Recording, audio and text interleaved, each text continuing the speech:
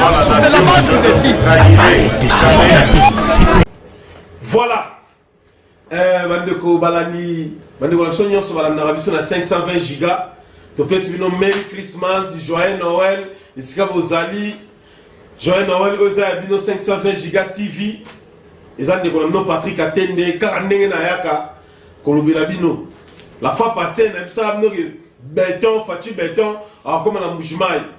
Batbaleli, Fati n'est pas au pouvoir. Avoir qui s'en Moujimaï, à Kenara Moujimaï, le lot Fati, Moko, donc à quitter le terrain, Bino Moni, donc il va cadrer, on va ça va calculer. Bah, on va même à Banga, Nengaza, la salle, l'autre, la Moujimaï. Bon, Fati a un bissot.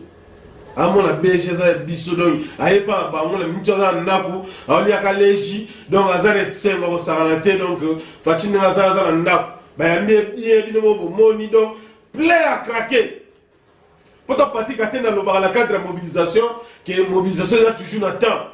Nous avons la Saint Rival, Bazakuna, la Pastagil, Bazakuna, donc Fatih Mora Beti Makolobane, aéroport à Bibemba, ti place meeting et Salamaki.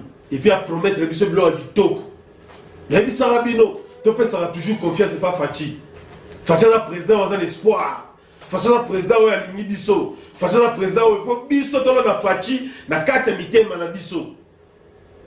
Hier, pendant que on a bâti des Bisso. Tout ça, on a donc, à fêter Noël, les lois ont fêté Noël na BG, na Moujimaï. Donc, tout ça, on a chaque jour, tout ça fêté Noël. Donc, pour soutenir Fatih, je pense que nous, au moment où arrivé, il va plein à craquer, que des membres vont plein banda et tirer au salamati. Des membres vont plein banda et tirer au salamati. Moussoussa Kendegi, dans la province orientale, a dit qu'on a critiqué Fatih. Yo nani, Ofinga Fatih, yo nani, on a sigo. Botika, message intoxication. Ma message à ma baie. Bisous là si ma Fatih, comment mon bimato soutenir Fatih. Comment mon bimato soutenir Fatih. Il nous promet de bonnes choses. Mais il s'est mis au lit à Boliette. Il épaisse au pouvoir, mais mieux c'est ça bien. Tout soutenir, il épaisse. Et puis le programme, il y a un meeting à l'objet que non, Nenzawana, à Osei ça va route, à retourner à Banzela, à Baki Samisala. Le programme est appelé Bisso et Koukisama. Fatih n'a la qui suit le blog à Malam ou à promettre Bisso et Koukisama. La charge de Zaïd, on a un africain, na février, Mamba un africain est aussi là. Alors, on va se concentrer na Bisso, à se attendre na Bisso, pour ça, la Mamba Mitoko. Donc, au moment où on a fait ça bien, Banzele retourne à Magito, on a dit ça la fois passée. Que non, tu l'as toujours dans Banzele, ça là. Tous les matins, ils ont des personnes au pouvoir, donc il faut tourner les grands Kassai. Tous les deux Kassai, ils vont retourner à Banzele, Mamoutou et Salama, nous allons promettre Bisso. Donc, nous avons besoin de Bisso. Pour soutenir Bisso, pour soutenir l'activité de Bisso, pour soutenir Fatih Béton, nous avons sa confiance parce que Bakadi va pour démoraliser Batou, pour désespérer Batou. Bino Batou, au côté de la groupe Moussous. Sans avoir des IDPS, au côté de la groupe Moussous, Zama Kassi a convaincu Batou groupe Wana. Sans avoir Kassi Bima, pour avoir une note d'excitation, un message d'excitation, une vidéo d'excitation. Yo sont là pour gâter à l'euro, Zouango, Tchela Bisso, Moral et Zobeba. Il y a un pessimbote na président Nabiso Didier Dikamba, na pessimbote na président jeunesse Nabiso, président Quentin, président Didier Fouamba, président Patrick, na pessimbote sombote belé, bande kolanga Djobu, bana Pumalanga, il est pes Cape Town, il est pes Rosentenville, to pessimbote sombote, maman Mireille Bilokos, to pessimbote sombote belé, batona il est pes Zambaza Nabino. Merci beaucoup.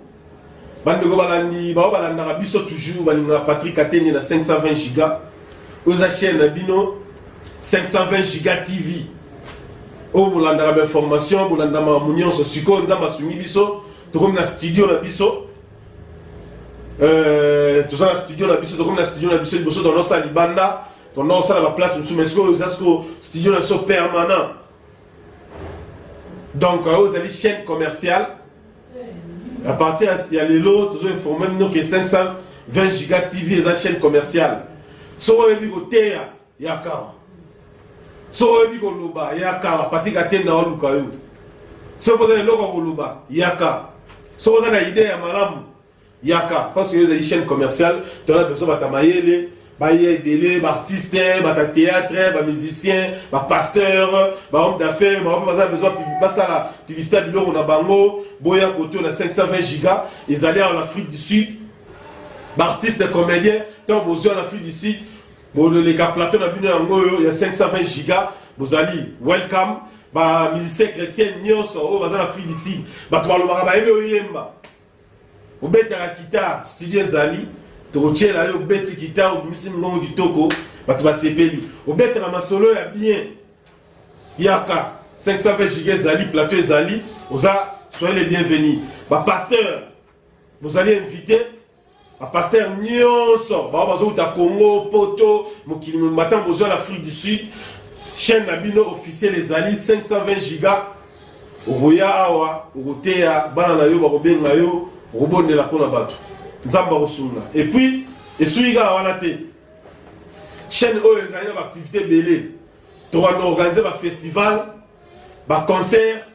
Un concert chrétien, un concert musicien normal, on va inviter. Si vous allez au salaire imitation, bien, vous allez bien, l'église n'a même pas de invité, il y a qu'à contacter sur le numéro, vous allez trouver ça au programme, ou les gars la chaîne, ou Fandi Awa, ou Yembi Kitoko, et madame il est bien.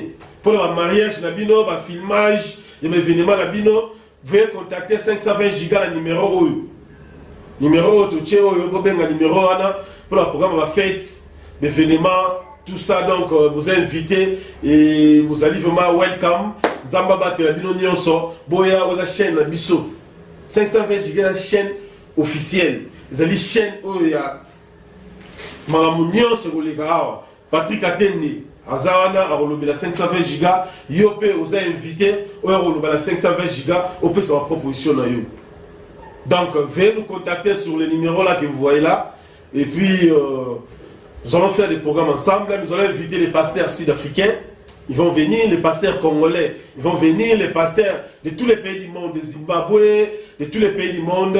Ils sont bienvenus, les Nigériens. Tous ces pasteurs-là seront invités. Et puis aussi les musiciens. Donc, bienvenue. Si vous avez la proposition à Malamu, benga biso le numéro oyo, si vous avez Kamoroloba, benga biso le numéro oyo, si vous avez l'information européenne sa biso, benga biso le numéro oyo, pour sur la Air News. Merci beaucoup.